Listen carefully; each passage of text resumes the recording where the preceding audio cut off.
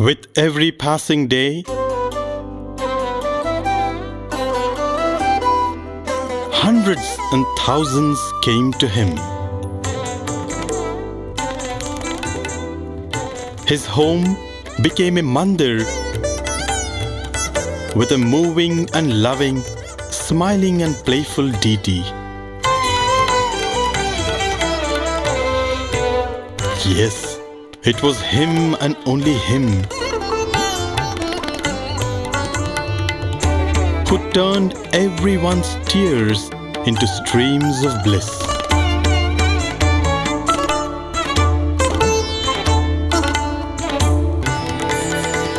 As the bud blossomed to reveal 1,000 petals,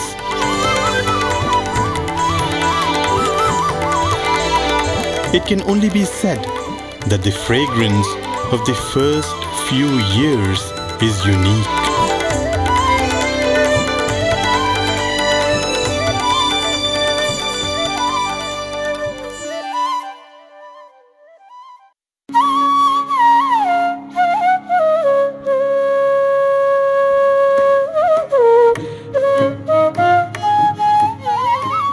In Swami's Bhagavata Vahini,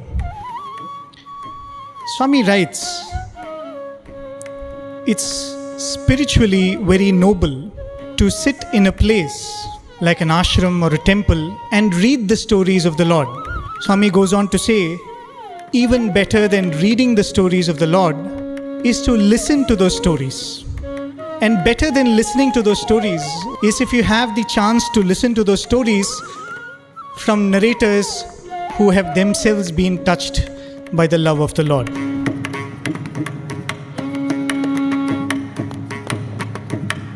This desire to listen to the stories of the Lord, that keenness itself is a blessing that is got after many, many lifetimes of merit. And this is like a disinfectant which can remove from the heart the stench of sensual desires. And Swami says, when the heart is sanctified thus, it becomes an enclave which is suitable for the Lord to come and reside. The first path in the Navaveda Bhakti is said to be Shravanam, listening. For one to perform Shravanam, there should be somebody to perform Kirtanam. And for someone to perform Kirtanam, most certainly there should be somebody who is there to perform Shravanam. And thus the devotee who does Shravanam and the devotee who does Kirtanam are both bound by the third level of that Bhakti, which is Smaranam. And that is the opportunity that Swami has given all of us, and we cannot be grateful enough for this blessing and love.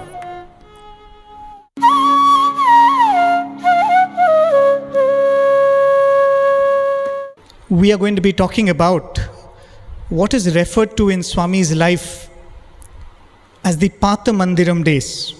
The reason why it was called the Patha Mandiram is this was in 1945, 14th of December, on the day of Vaikuntha Ekadashi. Swami inaugurates and does the Graha Pravesham of his mandir. But very shortly, by 1950, Swami shifts to what we now refer to as Prashanti Nilayam.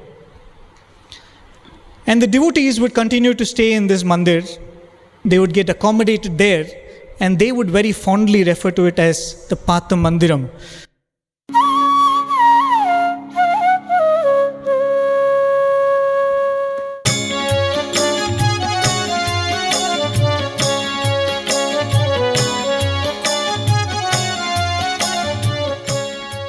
We reached the other side of Chitravati. As soon as we reached the other side, a few men were coming towards us. And they said like this, we had no even stamina to say that because we are so tired, no food for proper food for anyhow. They came close to us and one in that group, one boy was looking very smart, very charming, very sweet. And he came with us as we started walking. He was telling what all difficulties we had in the journey. Then we thought, my God, he's so small, he's telling all the details. Maybe he's a disciple. That's why he's telling all this. Okay. Then we went with him, we went to the mandir, and in those days it was a very small place and 2 rooms this side and veranda was there. So there was a chair. This boy went and sat in the chair and we were looking for Sai Baba to come out. We thought Sai Baba means because in our thought he will be just like a man, something. So we were looking like that, nobody came there waiting. And this boy sitting in the chair, he called a lady, Bayama, these people have no proper food for 2 days. You serve them food. From inside, she said, all right, Baba. Huh? You are Baba. We don't know that you are Baba. We never paid our homage to you at all. We never thought. He said, okay, all right.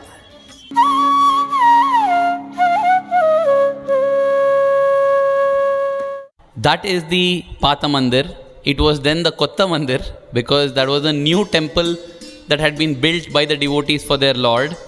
In fact, very soon that mandir became inadequate and an extension to the Pata Mandiram was built to accommodate the devotees. Today what we know as Puttaparthi is actually technically not Puttaparthi. Puttaparthi ended where the Kalyana Mandapam or the Hanuman temple today is. There was no electricity. For 3-4 years, Bhagwan stayed without electricity. There was no running water. Early in the morning, Swami would be the first to get up. By the way, where would Swami sleep? Behind the mandir, there were 2 small rooms. One was Swami's room, the other was the VIP guest house. I mean, if we can give it a name, I don't think it was called VIP guest house. But Swami would not sleep in his room. It was a very tiny room. And by the way, throughout his physical sojourn, Swami has always lived in a tiny room. His buildings might have gotten bigger, but his room remained the same size. He has shown us how you should lead your life when you have nothing physically. And he has shown us that you can lead the same kind of life when you have everything physically. That is what it is, like the lotus which blooms in the muck but doesn't belong to the muck. The Lord blossomed in our world and was not of this world. But Swami always wanted to be with his devotees, and that's why at night he would sleep with the devotees in the courtyard. No fan, no mosquito repellents, nothing.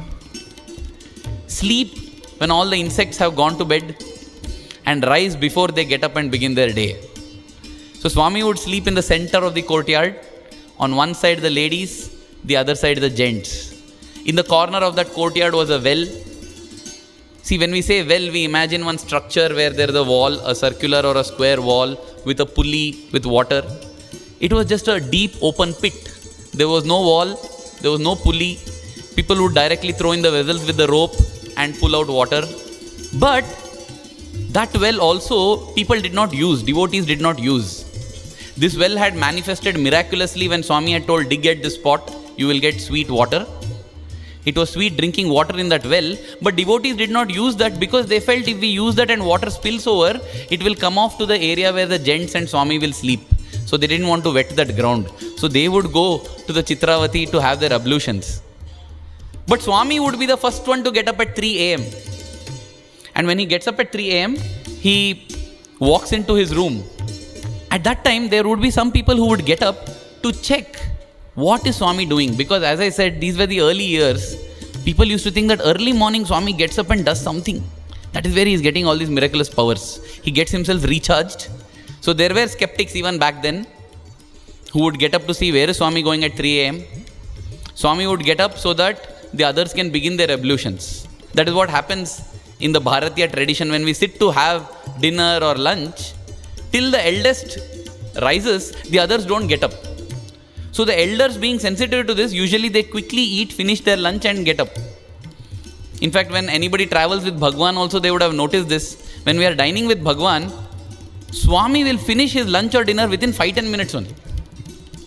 So that nobody has to wait for him. If anybody wants to get up, can get up. As students, we used to find it difficult. We used to feel, Swami, if you finish, it looks very greedy and gluttonish on our part to keep eating.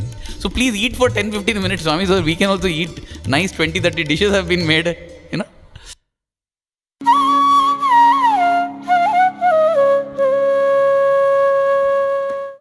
At around 6 a.m., it was time for Bhagwan's bath. You see, there were different temples. One side, the Venugopala Swami temple, there was the Hanuman temple, the Satyamma temple, there was also a Rama temple. But possibly the Patha Mandiram, or the new mandir at that time, is the only temple on earth where you were living with a living God. You know, in a temple, they do Abhishekam in the morning. That is like the ritual bath. Here, the devotees got the chance to do Abhishekam to their living God. And that would be a long ritual, because if you go to a temple, the Abhishekam is a long ritual. There were many days when Swami would refuse. He would say, no, I am not going to, I'll have my bath and come. The devotees would not allow. You have to come. And Swami had to come out because he didn't have an attached bathroom. The bathroom was in one corner of the courtyard. He has to walk across the courtyard that is filled with devotees, eager to catch him and do Abhishekam. So most of the time Swami would yield, and Swami would come and sit in a dhoti. The youngsters would get the opportunity to apply oil to his feet, while the elders, women and men who were the age of his mother, father or grandparents, they would get the opportunity to apply oil to his hands, to his chest, to his back, everywhere. They would apply oil. And naturally they would prolong it. It was an opportunity. And once that is done, then hot water would be prepared. And after everything, Swami would go in to have his bath. And just imagine how the Lord lived, without any privacy. As you open your bathroom door, again they are waiting to have darshan. We don't realize that in our thirst for darshan, we never gave Bhagwan any privacy. Even when Bhagwan physically became 70, 80, he had beautiful lawns surrounding. He could not walk in the lawns because we won't allow him. As they say, the descent of Lord is for the ascent of man. He has come for us, and that's why he bore with whatever we did.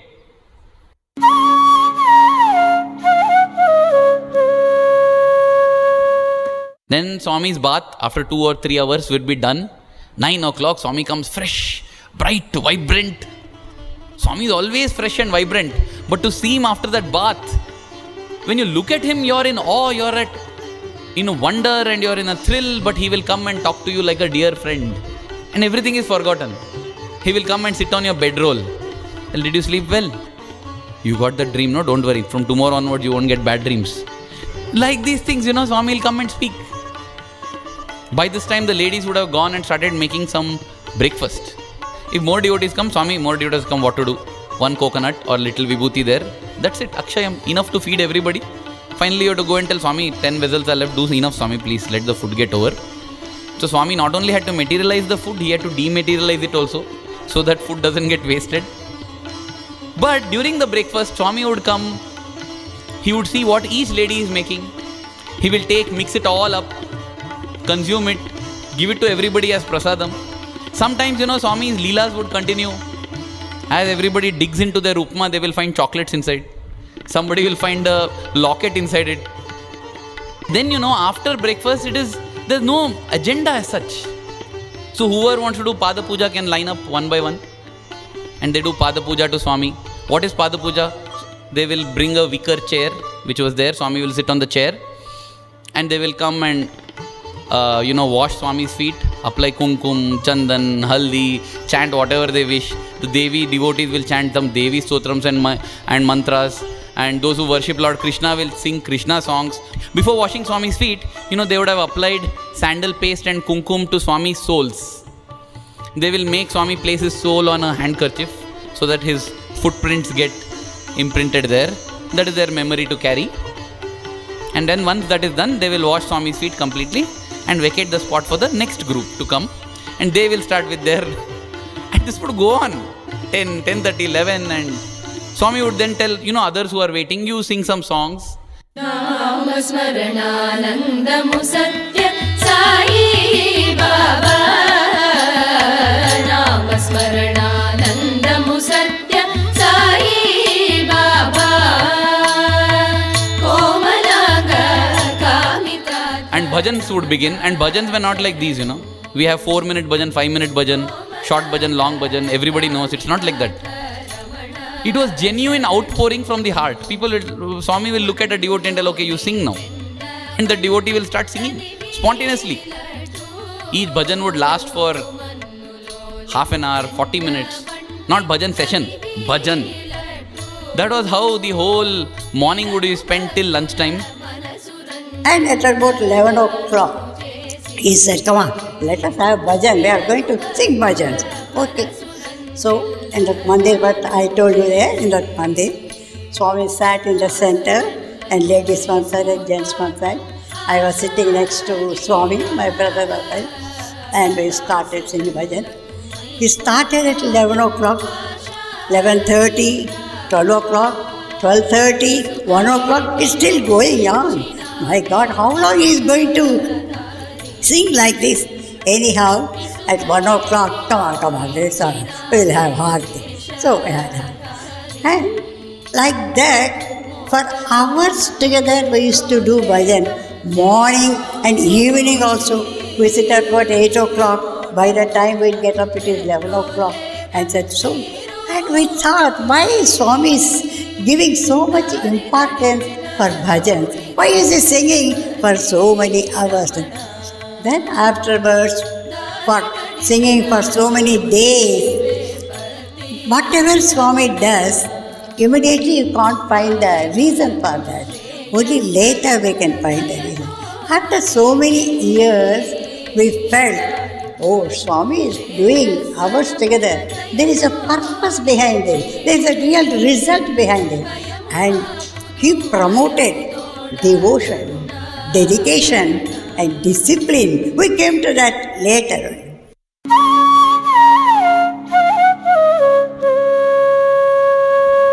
Puttaparthi was special for its milk, butter and curds and ghee.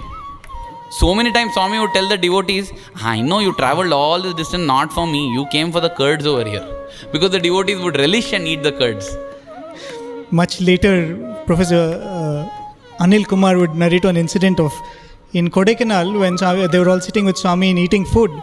There was an elderly gentleman who was eating next to Swami and puris were being served. So Swami told that gentleman, tear the puri, and he broke the puri into two halves and a ring fell out of the puri. And typically in Anil Kumar's style, the next few minutes he was carefully eating that puri. Swami asked him, hey Anil Kumar, what are you doing? Swami, I don't know what is there in my puri. How can you make a day which was like this even more special? Is it possible? Could it ever be made? Yes, Swami did manage to make it even more special with what followed next. After lunch, Swami would take rest for a while, so would all the other devotees. And around 4 o'clock, Swami would start gathering everybody for what was the most awaited session of the day. Because that was the time when Swami would take all the devotees to the sands of Chitravati. We have heard from Swami, Swami would say, all these miracles are surprising for you, but for me they are sahajam. Right? Swami would say, they are common for me. But if you read the books written by some of these devotees who came to Swami in the 40s, it appears like it is sahajam for them also. At one point, Swami sat on the sands of Chitravati. He took a fistful of sand, that became a ball of butter. He took another fistful of sand, it became a handful of rava. Swami sat there and made rava laddus and gave to everybody. One day he picked up an apple, cut it into 4 pieces, and those 4 pieces he gave it to 50 people. I mean, there's no limit to narrating them. Probably I'll narrate one more very sweet incident. There was one gentleman who had come from Bangalore, and he had brought a camera with him. And the whole morning, this entire schedule which was described, he had a wonderful time photographing Swami, doing all of these things.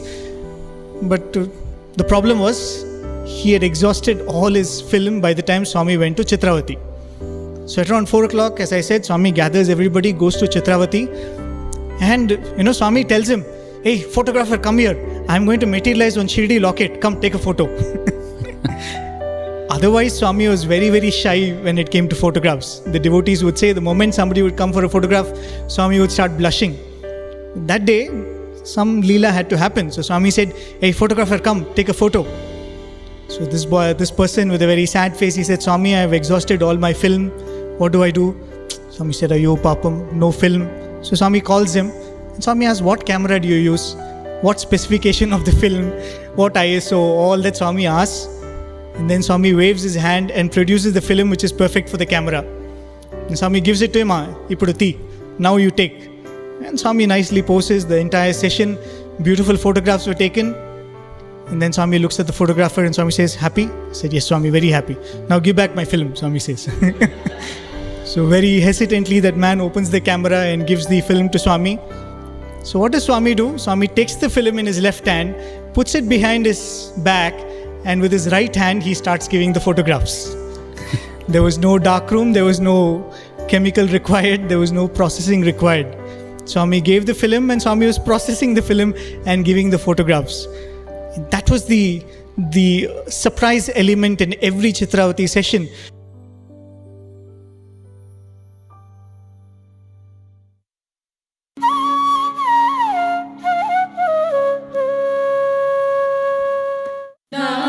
स्मरणानन्दमु सत्य साई बाबा नाम स्मरणानन्दमु सत्य. So after all this, it would get very dark late into the night. Then Swami would come back. And as they would come back, Swami would start singing songs. And as Arvind was saying, these were not bhajans, right? Somebody would have come from Mysore. Swami will sing a song. Probably they will sing one Purandar Dasa Kirtana in Kannada. Then Swami will tell a Tamil singer to sing a song. So all would sing different kinds of songs. In the process, some of them would compose songs. So what Swami did, he had a small book in which he would note down all these songs. And that would be a reference book. And sometimes Swami would come back doing Nagar Sankirtan, reading songs from that book. And devotees would say that when they want to sing a song and they've forgotten the lyrics, they would borrow that book from Swami. So like this, they would come back, the Nagar Sankirtan would happen, and they would reach the Patha Mandir. And After coming from Chitravati, 8 o'clock, we have bhajan. 9 o'clock, 10 o'clock, there is no time limit at all. At 10 o'clock, we sit for dinner. Again, Swami will be talking. Won't believe if I said morning 4:30 to up to 12 o'clock. We are moving all the time. But we have got only 4 hours to, again we had to 4:30. But we never felt very tired. We never felt bored. All the time happy.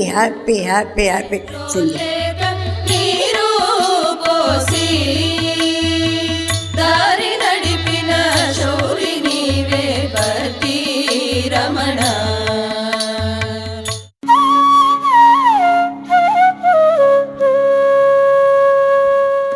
many of the devotees who came at that time, who saw all of these miracles being performed by Swami, they all had this background of coming from many other gurus who had always told them that these siddhis are not to be displayed. Why is Swami displaying all these powers? At that time Swami would say this, and Swami has said this many times. Swami would say, I am not a siddha sankalpa, I am a sankalpa siddha. Swami would say, whatever occurs to me has to happen. Whatever I think of will materialize. That is the nature of the avatar, Swami would say. And it took a long time for all of these people to realize that difference between a sadhaka displaying his powers and Swami displaying what was natural to him. It is like a fire does not show off its light and warmth and heat. It's in the nature of the fire. That's why Swami would say, it is ashcharyam for you, but sahajam for me. It is my nature. And again, Swami would also say, my miracles are just my visiting cards. To say that I know Swami because I know his miracles would be foolish. It would be as foolish as saying, we know somebody because I have his visiting card. The visiting card is just a first introduction. The name, address, that's it. It is an invitation to possibly visit that address, visit that phone number, visit that email address and get to know more about that person.